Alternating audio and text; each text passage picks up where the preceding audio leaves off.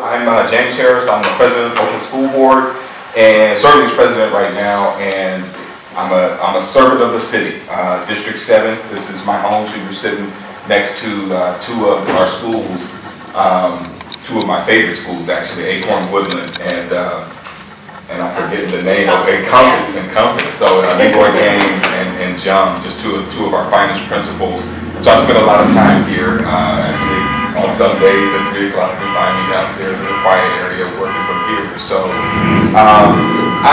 here to really just carry a message that the rest of my colleagues on the school board is probably the one thing we're 7-0 on is this issue of housing. I was talking to you a little bit about what happened at City Hall the other night, and you heard about this love life commitment, and it looks like we're starting to get some traction around the fact that it's just impossible to afford a $3,000 a month rent. I know it's bad when rich folks are saying, I can't afford to live here. It's becoming too difficult in the city I grew up. So I grew up the street in a number of places. So we got a lot of cousins and a lot of families. So I grew up mostly on 66th Avenue and on Sunnymeer in East Oakland. But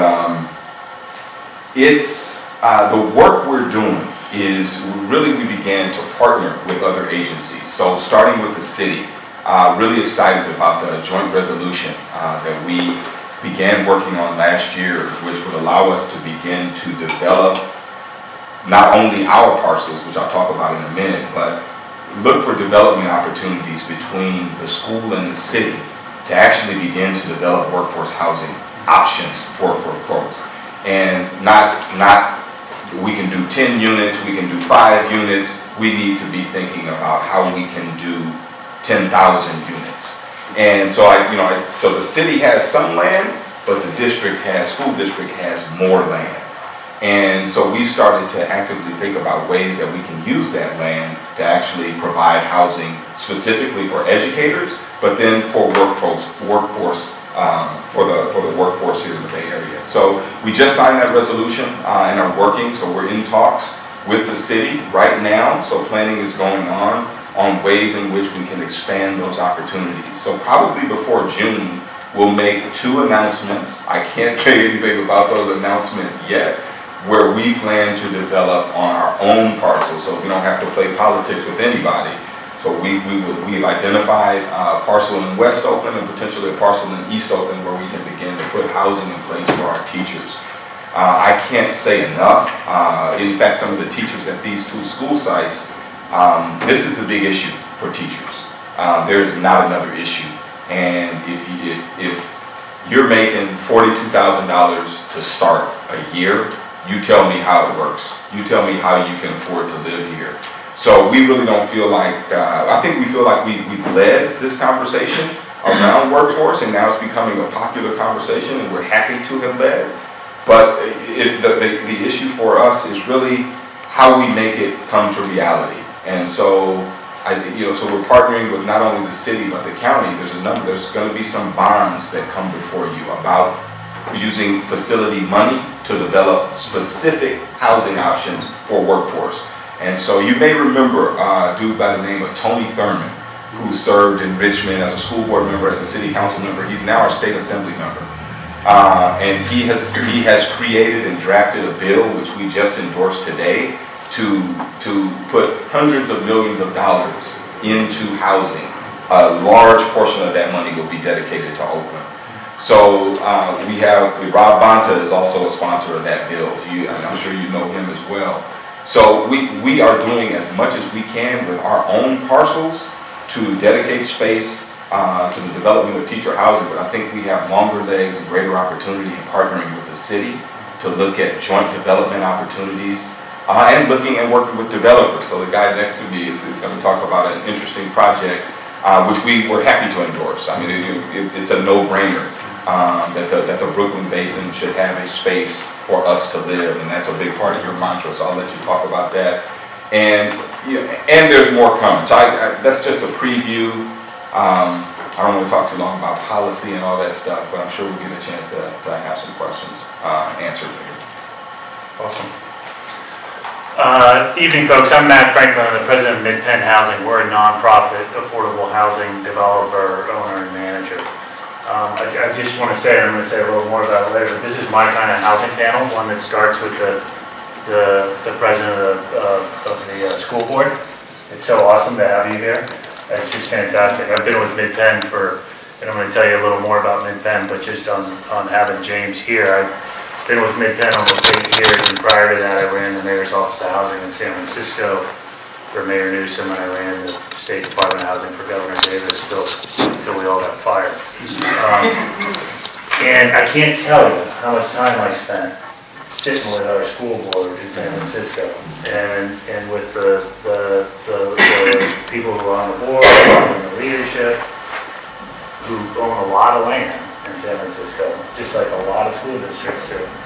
In San Francisco, the enrollment's going down, and you know it may bounce around a little bit, but they have a lot of underutilized land, and I tried every way to try to bring.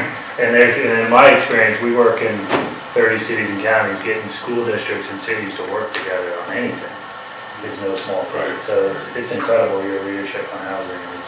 It's really cool. So a little bit more about Mid-Penn. So we're a nonprofit public benefit corporation. We've been around 45 years. We work in 10 counties in the Bay Area. We have an Oakland office. Polo Munoz is with me tonight here in the front row as part of our development team, and he's part of the office right at 19th and Broadway. We've got about 8 people in that office, and we're sort of from Monterey to Sonoma. Own about 7,000 units of affordable rental housing. So about 65% of that is workforce. It's family housing. It's primarily working folks who are kind of in the maybe 25 to 50% of area median income. So in this county, a family of 4, that's maybe 20 to 55 or 60,000 a year in income. So it's working folks, and it's low wage working. And then about a quarter of our portfolio is for seniors, and about 10% is for special needs, including formerly chronically homeless folks.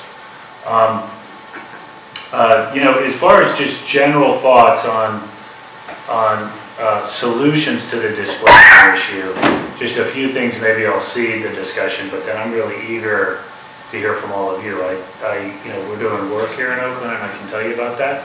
I don't live in the community, and part of what I really enjoy getting out to things like this is to learn, and to learn, what your experience is, and to learn what's on your mind. But a couple of thoughts. So I unbiasedly, or biasedly, I would say, unequivocally biased, I believe that one of the best solutions is creating more permanent affordable housing. So when we create permanent affordable housing, we do so with a fair bit of public subsidy. It comes with a regulatory agreement that runs with the land that requires, it locks in that housing is going to be used for a very specific population with specific income targeting, and really in perpetuity. It's a 55-year regulatory agreement, and though, as an owner of that, in 20 years, and 25 years, and 15 years, we need significant system upgrades, and we typically go back to our public partners.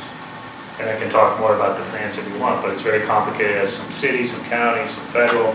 But we go back and we get a little more funding, maybe to upgrade, replace the boilers or do some other stuff that isn't typical maintenance, which we're doing along the way.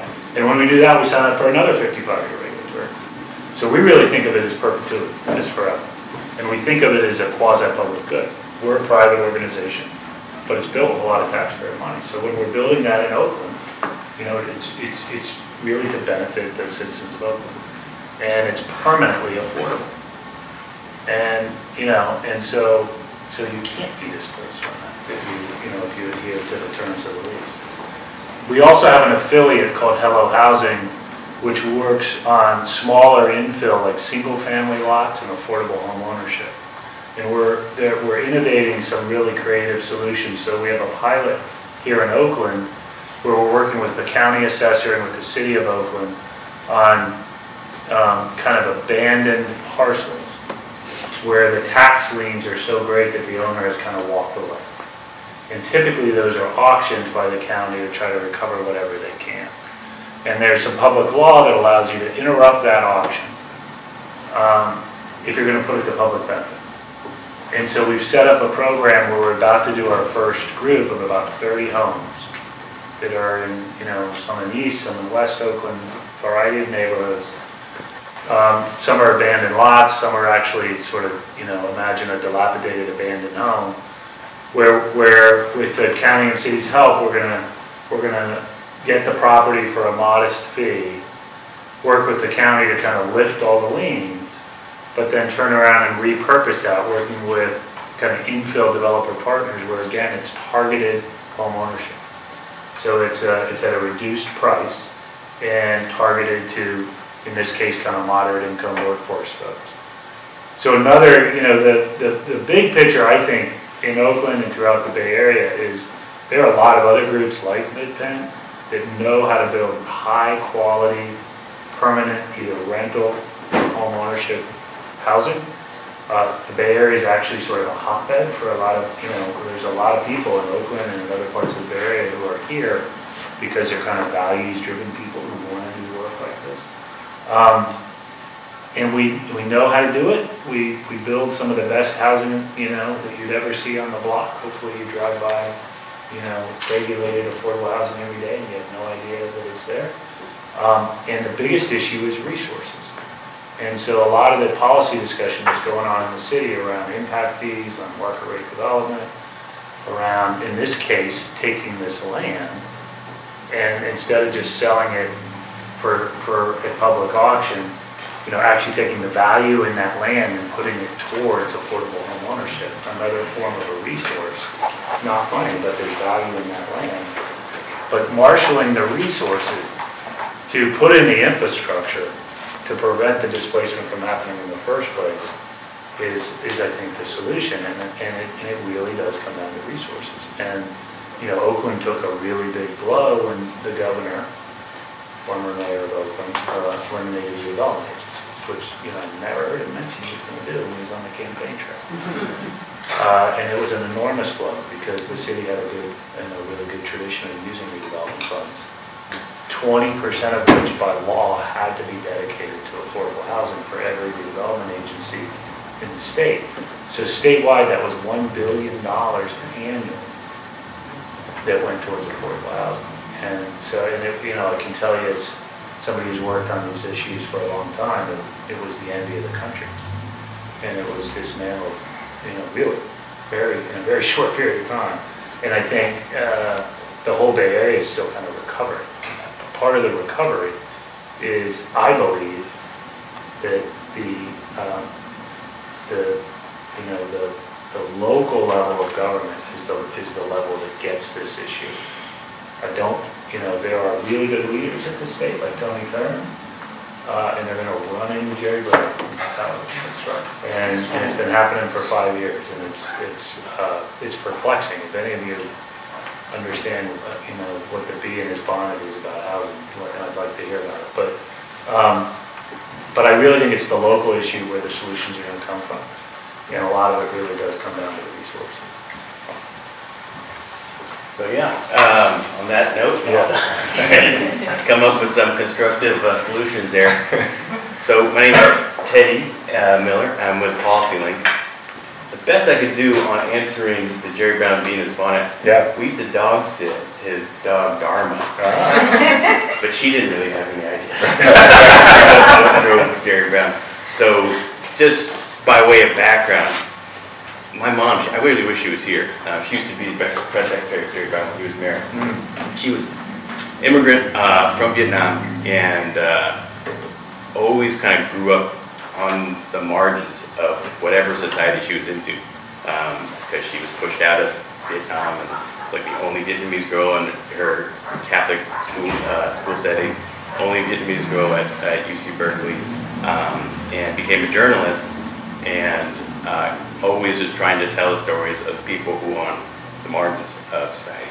And I think that was a vow that she imbued in me, and that's what I'm really happy working at PolicyLink. PolicyLink is a national research and action institute that is dedicated around the core focus of driving equity that is the just and fair inclusion of all people. And how that has played out in my life under my mom's tutelage has been, being trained as an economist with a focus on driving markets from the bottom up, and being trained as a public interest attorney and working on behalf of low-income and people of color in housing, both here in California and then also in Washington, D.C., where I had the privilege of working with Congresswoman Bartley as her housing and transportation infrastructure advisor. Just an outstanding. I've just been really privileged to be surrounded by strong women of color from birth to profession, and including at PolicyLink. And right here. Everywhere I go. So that aside, I think what I can bring to the table tonight is, I played a very modest role in putting together what's called the Oakland Housing Equity Roadmap, which is a fairly lengthy document, but essentially we were tasked, PolicyLink, by the City of Oakland with coming up with a range of policy suggestions to meet the scale of the challenge, which, as anyone who's been in Oakland a minute understands, like, they're really incredible. We've been talking about, workforce housing for teachers, and we have this big preview of that, which has already taken place in San Francisco, where not a single house is affordable to a teacher anywhere in San Francisco. And here on 81st Street, this is the one bulwark of affordability. I mean, everything down International Boulevard, land values have been increasing so dramatically. So in that context of, we're now the 5th highest rental market in the country. We've had housing values and land values increase 20% over the past 2 years. We have to come up with solutions without the support of the California state government, without redevelopment funds, and with no help coming on the federal horizon until, I'd say, 2022. Until we have a 2020 re-election, which will coincide with redistricting, which will allow the gerrymandering that happened in 2010 to be undone. So by 2022 will be the first real opportunity to have the Congress that is aligned with driving the resources needed to kind of meet the demands of the housing crisis. So instead of waiting for 7 years, or back then it was about a decade, the City of Oakland said, let's do something now. And so what we came up with was the Oakland Housing Equity Roadmap, which was really, there's no silver bullet solution to the housing crisis. We came up with about 19, ranging from developing the housing bond that's going to be coming up this fall, to bringing in impact fees and doing it as soon as possible, and strengthening tenant protections. The whole equity roadmap was adopted unanimously by City Council last fall, and it was the basis of the mayor's housing cabinet, the new mayor, because this overlap between Mayor Kwan and Mayor Schaaf. And the new housing cabinet is started to roll out many of the policies that were suggested in the equity roadmap. That said, I'm not under any illusion that even if we got everything right, we meet the scale of the challenge. We need 10,000 this year. We look at it regionally, because it's really a regional problem, because it's not like everybody who works in Oakland lives in Oakland and vice versa. We need the 9 counties to all share a commitment to building up housing in a dense and smart way. We can't have a situation where Mountain View, the headquarters of the wealthiest corporation on earth, is saying we're not going to allow any dense housing in our neighborhoods. We're going to push and bus everybody out to Oakland, and that lands in our backyard. And now we have Uber setting up this bulwark in downtown Oakland. And you look at the comments when the Uber announcement was happening, most cities would be thrilled to have a $60 billion company establish a significant building in their backyard. But in Oakland, everyone's mind went right to, there goes our rent. We've already gone up. The average in this neighborhood, in this part of East Oakland, the average household can afford $900 affordability for an apartment. And we know that the median rent right now is $2,700, and it's only going to expect to be going up and up and up. So the market is not really working. And so we need to be thinking creatively about taking stuff off the market, dedicating it permanently to affordability.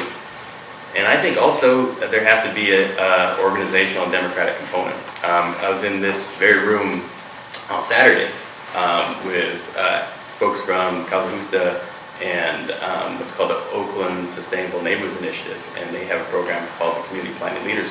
And so that is piloting and building up a community-led development and community governance model that the ambition and the idea is to say, if there's development that's going to happen, it has to be coming from Oakland and coming from longtime residents, and developments that change need to be geared towards neighborhood stability, and they need to reflect the goals and visions of the people who are here. So has a lot of implications about the types of development that happen, a right of return for people who've been pushed out. But we can't allow the current status quo to continue, because we've gone from a majority African-American city, this is true both Richmond and Oakland in the 70s, to now it's about a quarter African-American. And it'll be single digits, just like San Francisco in 10 years if that trend continues. So I think everybody who has a sense of what makes Oakland Oakland and what a just city is going to look like that's why we had so much activity on Tuesday, is that we just don't want to see this continue. And so at Policy Link, we're playing, I think, our modest role of kind of doing the national research on best practices and tailoring that to Oakland. And so it's the work I really deeply care about, and I'm honored to be. My name is Janice Myers. I'm with the East Bay Alliance for a Sustainable Economy, and also with the Oakland Rising and the Oakland United Coalition. So I'll try to cover a few different pieces of work. But most importantly, I live in East Oakland. I live in District 6, so not too far from here. And I'm a little bit emotional, I have to be honest. As you all were talking, I was sort of in another place because the performance that we just saw really, really resonated with me and hit me in a very emotional place, because I feel that that's really what's happening. And friends, colleagues, folks in the community are really experiencing that, where their landlord is saying, oh, actually there's a new bar going up, or there's a new high-rise going up, and I know that I can get more for your building, for your unit, than you're paying me now, so you have 3 days to go, or 6 days to go, or 60 days to go, right? But some unacceptable amount to expect someone to pick up their life and leave their community. And it's just really emotional. And no solution on the table right now is quick enough. So, for what's happening. eBase's role in this work is to build coalitions of workers, labor, community organizations, faith leaders, youth, around policies, particularly around job quality and job access. And I'll talk a little bit more about how that connects to housing. But that's sort of how we got our start. We're about 16 years old and started in sort of the living wage movement, passing living wage policies around the East Bay. And we really think of job quality in two ways, and the solutions in two ways. One, raising the quality of existing low-wage jobs in retail, hospitality, and other low-wage industries. And that's really a growing part of our economy, right, is those low-wage service jobs, and increasing the quality and the wages of those jobs, like by raising the minimum wage, which we helped to do in 2014. And then ensuring that new jobs that are created, especially those with public money or public land or any public investment, are for the existing residents and are good paying, stable, long-term jobs. And we had some really awesome wins around Oakland Army Base in West Oakland, where we were able to win policies that required 50% local hire, which is huge, like a really big accomplishment, and 25% disadvantaged hire, jobs specifically for folks who've had trouble with employment or have barriers to employment. Maybe they're formerly incarcerated or a veteran or whatever. So really, really significant wins. And in this housing crisis, those wins are being undermined, right? We passed and fought for local hire and disadvantaged hire so the folks who are living here can get jobs and get employed and actually have access to the economic development and economic boom happening in Oakland. But those goals and requirements are undermined when the folks we aimed for those jobs to serve are now having to move out, right? Because they can't afford their rent. So, so that's really one of the big connections here for us. We also see the solution to displacement in sort of a three-prong approach. One is to protect folks who are already here with stronger renter protections, as folks have already named, is a key solution. Building more affordable housing is a second solution, and then raising job quality, because no matter how low your rent is, if you're working a minimum wage job, right, and paying for everything else, you're never going to meet your rent. So it's really, it kind of has to be done in those three prongs. And really importantly for us is also, as you just spoke to about the community planning leaders, that residents are actually driving the development and in the driver's seat and at the negotiation table when developers and government entities are negotiating these big deals, that they're actually represented at the table and are codified in those development agreements so that they can be part of it for the long term. I just want to spend a minute on Oakland United. We have a few Oakland United partners actually here. Ney Honda from CBE and Mustafa from Casa Justa are also part of the Oakland United Coalition. This coalition is particularly relevant to where we are in this room in East Oakland. It is focused on the Coliseum City development, which is planned for this area and around the BART station. And folks, I'm sure have heard of Coliseum City and the plans around the Coliseum. It's a stadium-driven development, but in addition to new stadiums, the city is contemplating tech offices for companies like Uber, hotel, retail, luxury housing, gentrifying forces, right? And that's particularly significant here because this community is sort of the last affordable place for people of color and low-income folks to live in Oakland, right? If you look at the other areas of Oakland, they've gentrified or the rents have skyrocketed out of control.